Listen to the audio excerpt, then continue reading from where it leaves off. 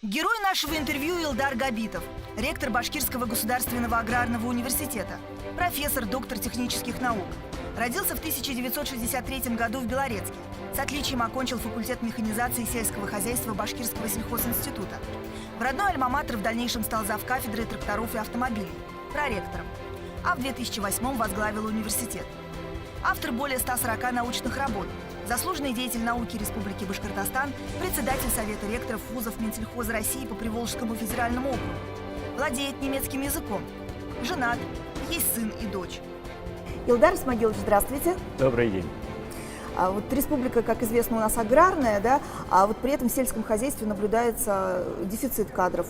Что необходимо, на ваш взгляд, сейчас сделать, чтобы как-то решить эту проблему и обеспечить село действительно высокопрофессиональными специалистами именно с высшим образованием? Наверное, надо на этот вопрос посмотреть с исторической стороны, потому что эта проблема, она родилась не сегодня, не вчера, а традиционно. Прежде всего объясняется это экономическими причинами, различиями уровня жизни на селе и в городе. Мы говорили всегда, вот стирание грани между городом и селом говорили. И если смотреть в целом по странам, в других зарубежных странах тоже такая же ситуация. Ну а сегодня у нас в России как получается? Различия в уровнях зарплаты практически в 2 раза, различия в инфраструктуре, доступности различных благ социокультурные, допустим, врачебные и так далее, и так далее. Все это приводит к тому, что привлекательность жизни на селе, она имеет, будем говорить, несколько негативную сторону. В этом отношении в России сейчас наблюдаются изменения, принята государственная программа комплексное развитие сельских территорий. Она буквально в прошлом году принята и возведена в ранг национальных проектов, где подразумевается в течение 4-5 лет буквально триллионные вложения, 2,3 триллиона в регион. Но наша республика, она отличается от других, потому что мы регион, который население почти 38% населения это сельское. У нас есть программы поддержки работающих на селе АПК. Есть программы, которые, например, для обеспечения трудовыми ресурсами, кадрами. Это под эгидой, это отличительная особенность нашей республики. Поддержка доходогенерирующих проектов, грантовая поддержка сельхозтоваропроизводителей, начинающие фермеры и так далее, поддержка сельских товаропроизводителей. Эти программы работают. Но непосредственно касающиеся нас, кадровой поддержки, я бы хотел отметить, что впервые это у нас в регионе в 2009 году еще была принята программа кадровой поддержки агропромышленного комплекса, где выпускники, которые работают в сельхозорганизациях, получали единовременную помощь, и в течение 3 лет выплачивалось им повышение заработной платы. Но вот с прошлого года единовременные выплаты в размере 500 тысяч рублей. И этим, конечно же, пользуются наши выпускники. Этим, конечно же, пользуются и те люди, которые предполагают работать на селе. За период действия именно республиканских таких нормативных актов поддержку получило более 750 наших выпускников. Инфраструктура, экономика как-то развивается, обязательно соцкультбыт, какие условия жизни, наличие ФАПов, ФОКов. Вот эти вопросы во главу угла. И это развитие, конечно же, приобщит к тому, чтобы молодежь закреплялась. Ну и вот последний, буквально на прошлой неделе, был принят указ Ради Фаридовичем о том, что льготная ипотека сельских поселений, тех, кто покупает или строится в сельской местности, это 3%. На 25 лет. Это такой уровень кредитования нигде нету. А если ты работаешь в сельском хозяйстве, специалист с высшим образованием, там она может быть ставка кредитования 0,1% на 25 лет. Это такие меры, конечно же, они помогут. тому, чтобы кадры на селе закреплялись. Илдар Исмагилович, вот буквально 2 месяца остается до ЕГЭ. Вот что Башкирский государственный аграрный университет готов предложить своим будущим студентам? В чем ваши основные преимущества? Вы понимаете, наш аграрный университет, он ориентирован на запросы и потребности нашего региона. Мы не аграрный только вуз, мы сегодня являемся вузом народного хозяйства. У нас есть профили и агронома, и зоотехника, и ветеринара, но также есть и сельского строителя, ландшафтного архитектора, есть землеустроители, которые необходимы везде у нас, да, есть полный цикл специалистов, которые могут работать в переработке, в подготовке органической продукции, продуктов питания. Это переработка молочных, мясных продуктов, продукции растениеводства, лесного хозяйства. Вот мы забыли, конечно же. Лесное хозяйство – это тоже наша сфера нашей деятельности. Вот эти направления мы, конечно же, готовы представить нашим будущим абитуриентам. И кроме того, наш вуз, наверное, единственный, который всем представляет общежитие, комфортабельное общежитие. Это наше преимущество. Наш вуз позволяет всем студентам, которые есть у нас в университете, получить не только профессиональные свои навыки какие-то, да, но и умение работать в коллективе, умение командный дух, чтобы они могли развить свой творческий потенциал. Такой дворца молодежи, как у нас, нет ни у одного вуза Российской Федерации, я уверен в этом. Да? Мощнейшие спортивные базы, которые мы выделяемся с тем, что являемся базой для многих спортивных команд в составе студенческих. За этими студентами тянутся и наша молодежь. А вот в настоящее время сколько обучается ребят в университете, сколько ежегодно вы выпускаете специалистов? У нас на сегодня обучается порядка 3200 на очном отделении и 4500 на заочном отделении. Всего, вот если мы сосчитаем, порядка 8000 студентов. Вот, выпуск ежегодный, порядка, если на бюджете и на коммерческом совокупной, более 1000 человек мы выпускаем. А вот, кстати, если по половому признаку смотреть, а кого больше, девушек, парней? 50 на 50. 50 на 50 у нас. У нас есть чистые инженерные специальности, это энергетические, механические факультеты, автотранспортная специальность, агроинженерия, да. А вот на ветеринарии раньше было больше ребят, сейчас больше девушек. Они с высокими баллами выбивают наших ребят. Президент страны Владимир Путин в своем послании говорил о необходимости создания бюджетных мест в региональных вузах. Вот планируете ли вы такое увеличение и сколько сегодня бюджетных мест в вашем университете? На сегодня, конечно, вот региональные вузы оказались несколько, будем говорить, в негативной ситуации в связи с тем, что самых лучших самых лучших выпускников школ, будем говорить, пылесосят или отбирают в ведущие вузы Петербурга и Москвы, якобы, да. Но здесь сейчас уклон на развитие региональных вузов, это, я считаю, это и правильно, потому что со столицы низкая вероятность того, что обратно они вернутся в республику, не зная реалий на сегодня республики. У нашей же региональные вузы как работает? У нас у всех вузов, и у нас в том числе, есть свои предприятия-партнеры. Уже начиная со 2-го курса студент, проходя практику в этих своих базовых предприятиях, хозяйствах, он уже понимает, где он может работать, какие компетенции нужны. Исходя из этого, он уже практически, вот у нас 80% четверокурсников практически уже трудоустроены, знают свои будущие рабочие места. А если ты приходишь со стороны, где нет практического опыта, к тебе, конечно, отношение будет несколько иное, будем говорить.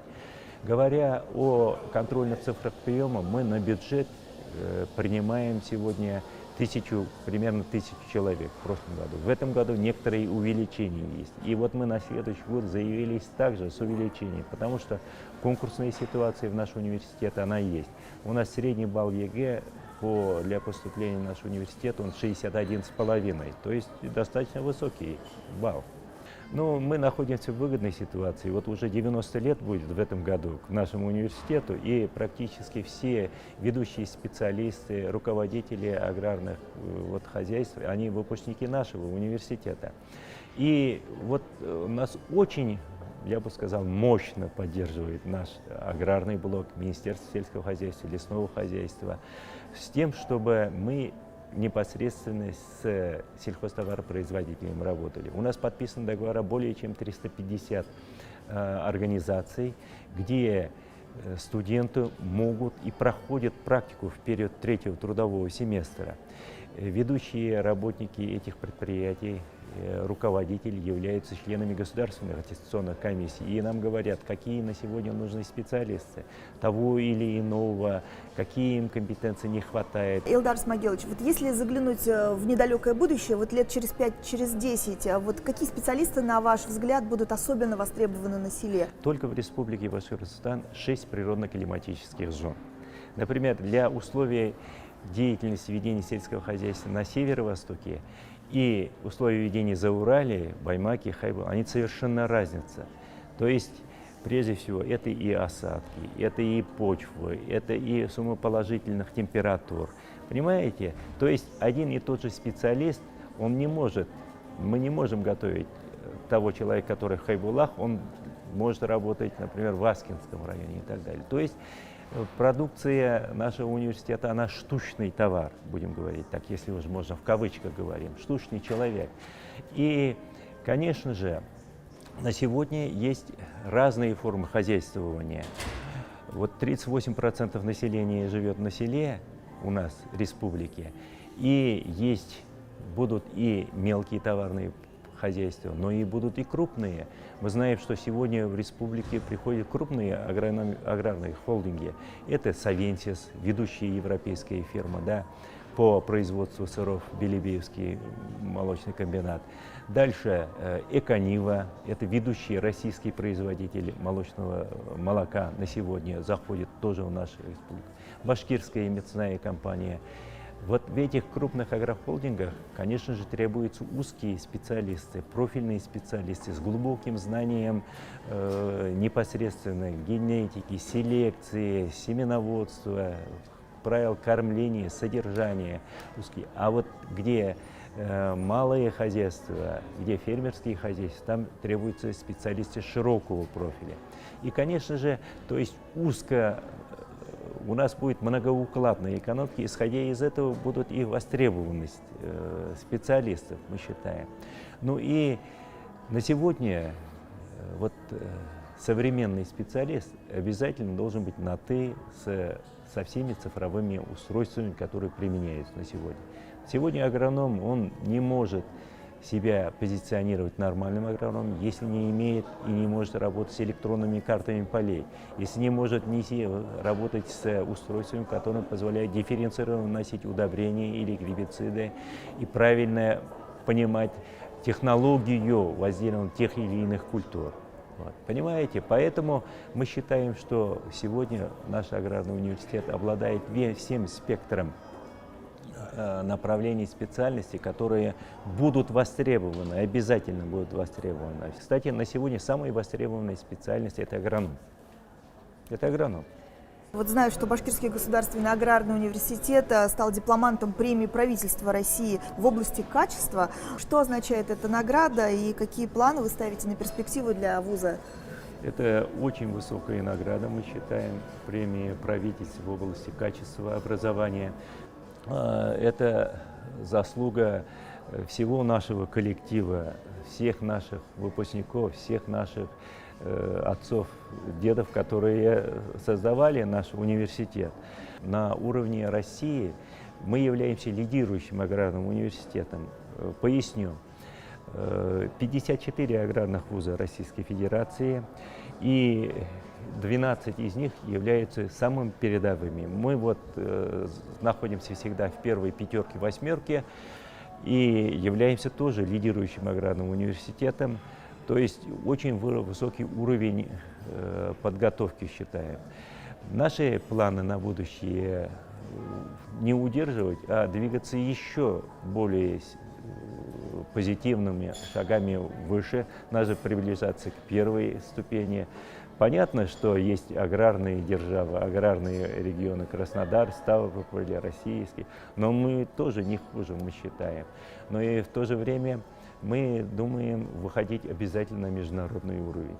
На сегодня 5 вузов Российской Федерации среди аграрных университетов являются аффилированными членами Европейской ассоциации ветеринарного образования, в том числе и наш аграрный университет. То есть это говорит о том, что диплом нашего ветеринарного врача он будет признаваться и в Европе, и в Азии. Это очень большая, высокая оценка будет, я думаю. Мы благодаря этому сможем привлекать к себе и иностранцев из дальнего зарубежья. Из ближнего зарубежья у нас достаточно учатся, мы достаточно сильно позиционируем себя, но вот из дальнего зарубежья это и связи, это и научные связи, и учебные связи мы должны укреплять и развивать. А вот говоря об иностранцах, все-таки такие, значит, есть, да? Сколько примерно сейчас? На сегодня у нас 350 иностранцев. Где-то 50 иностранцев из дальнего зарубежья и 300 это из стран СНГ. Мы пользуемся очень большим авторитетом из других регионов, прежде всего нашего мусульманского блока. Это, наверное, традиционно как-то вот так. Но на бюджетные места мы прежде всего берем наших студентов, а их хотели бы взять на академические. А вот такая статистика ведется. А какая часть ваших выпускников уезжает в сельскую местность работать, а какая часть здесь остается в городе? Так, эта статистика в обязательном порядке ведется. Вот у нас показатели мониторинга вузов есть. Это каждый вуз ведет показатель, за каждым смотрит, где он трудоустроился, в какой организации, пошел ли служить в армию. Конечно, это показатели есть. У нас в организации мы считаем сельхозпроизводство. Вот, например, четко выделить город или село я не могу. Почему? Поясню. Потому что есть ведь организации переработки. Вот у нас целый пищевой факультет пищевых технологий. Там учатся 1000 человек практически. Выпуск составляет порядка ежегодно 100 человек. Примерно у них по разным профилям.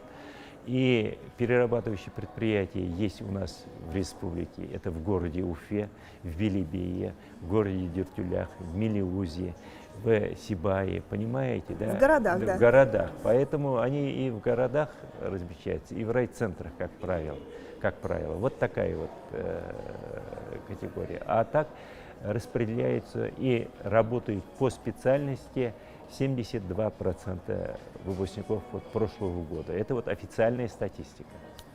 Илдар Исмагилович, спасибо вам за интересную беседу и ждем вас снова в гости на РБК Уфа. Спасибо, очень рад был с вами встретиться и побеседовать.